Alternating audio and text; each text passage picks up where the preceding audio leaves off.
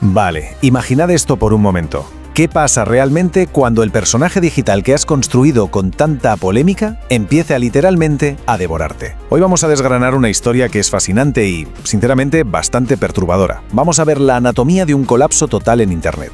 Es un caso brutal de cómo la toxicidad virtual termina chocando de frente y a toda velocidad contra el mundo real. Y la gran pregunta que nos hacemos es ¿qué ocurre exactamente cuando esos muros digitales empiezan a cerrarse sobre ti? Fijaos en esta imagen mental. Un hombre de 41 años, son las 6 de la mañana, está completamente solo gritándole a una pantalla, a un vacío digital.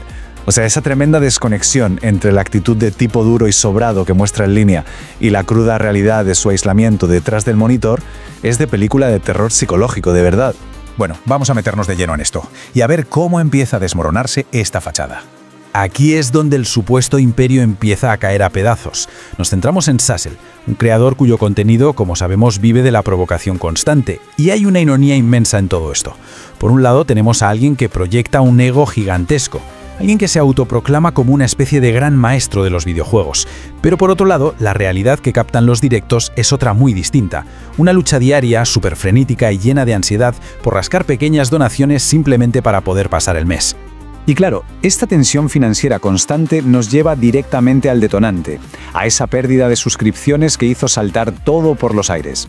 Fijaos en esta frase en pantalla. Dile adiós a los Primes. Este mensaje no fue un cambio de algoritmo de Twitch ni nada por el estilo. Fue un solo usuario, un tal Mejuetero 3000, retirando de golpe el apoyo económico que le había dado fielmente durante 18 meses. Parece un detalle menor, pero este simple gesto funcionó como un golpe directo y demoledor. Te demuestra la extrema fragilidad del castillo de naipes sobre el que se sostiene todo este ecosistema.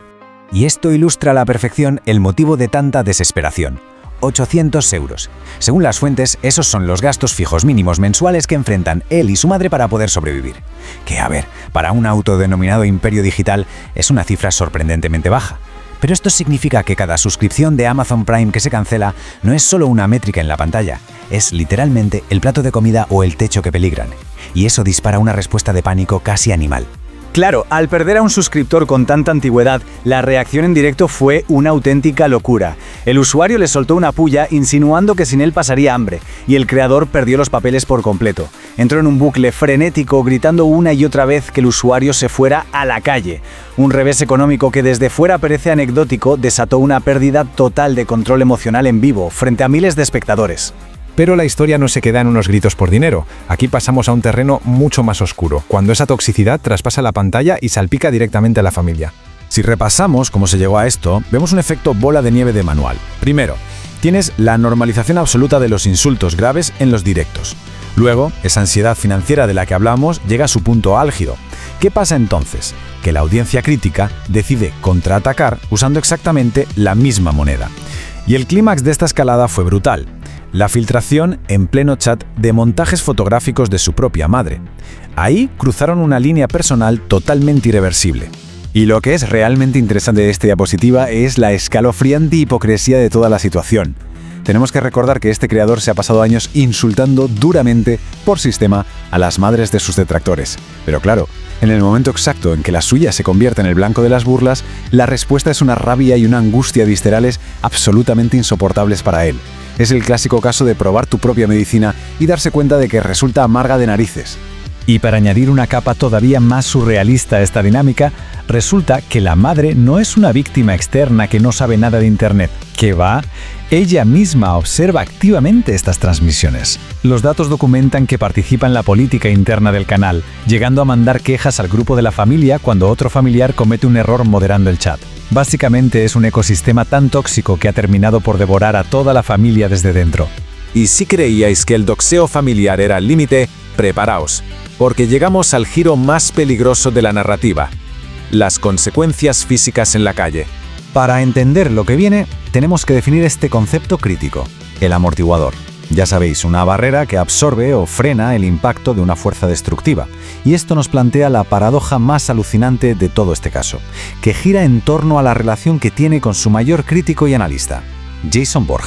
Hace unos años, los insultos de Sassel cruzaron otra línea roja. Se pasó de la raya provocando continuamente al colectivo del culturismo, y llegó un punto en que esos insultos dejaron de ser simples salseo de Internet. Varios culturistas en Granada estaban organizándose de verdad para ir a buscarlo y tomar represalias físicas contundentes. De la noche a la mañana, la bravuconería detrás del teclado ya no le servía de escudo.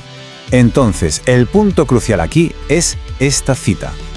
La gran ironía de la vida es que el canal de Jason Borja, su enemigo número 1, funcionó literalmente como ese salvavidas. Al coger toda la indignación violenta de esos culturistas y canalizarla en vídeos, críticas y memes inofensivos, Jason Borja actuó como esa barrera protectora. Resulta que su mayor hater fue quien en la práctica lo protegió de llevarse una paliza por sus propias acciones. Increíble, ¿verdad? Todo esto nos lleva al último capítulo, a desgranar este oscuro ecosistema en el que conviven. Es una relación simbiótica, pero de lo más tóxica. Por un lado, tienes a los canales críticos, muchos sin poder monetizar, que logran picos masivos de visitas simplemente analizando las constantes rabietas de Sassel. Y a la vez, el creador depende desesperadamente de que lo ataquen para tener, al menos, un tema del que hablar y generar contenido. Es una danza macabra, una rutina diaria de destrucción mutua, donde ninguno parece capaz de salir del bucle. Pero cuando eliminas todo el ruido, la falsa fanfarronería y las delirantes promesas de éxito masivo, la imagen clínica que queda es desoladora. Volvemos a ella. Una persona de 41 años, a las 6 de la mañana, completamente aislada, vociferando contra un monitor por unos pocos euros, mientras aleja sistemáticamente a cualquier persona que intente acercarse o interactuar de forma sana. Así que, viendo cómo las donaciones se secan por un mal gesto, cómo la violencia amenaza en las calles y cómo hasta tu propia madre queda expuesta a la burla pública, nos queda reflexionar sobre esto. ¿Cuál es el verdadero costo de la infamia digital? Es un recordatorio sumamente perturbador del peaje psicológico que te exige la toxicidad en Internet. Porque, al final del día, cuando la pantalla finalmente se apaga, lo único que queda es un aislamiento absoluto.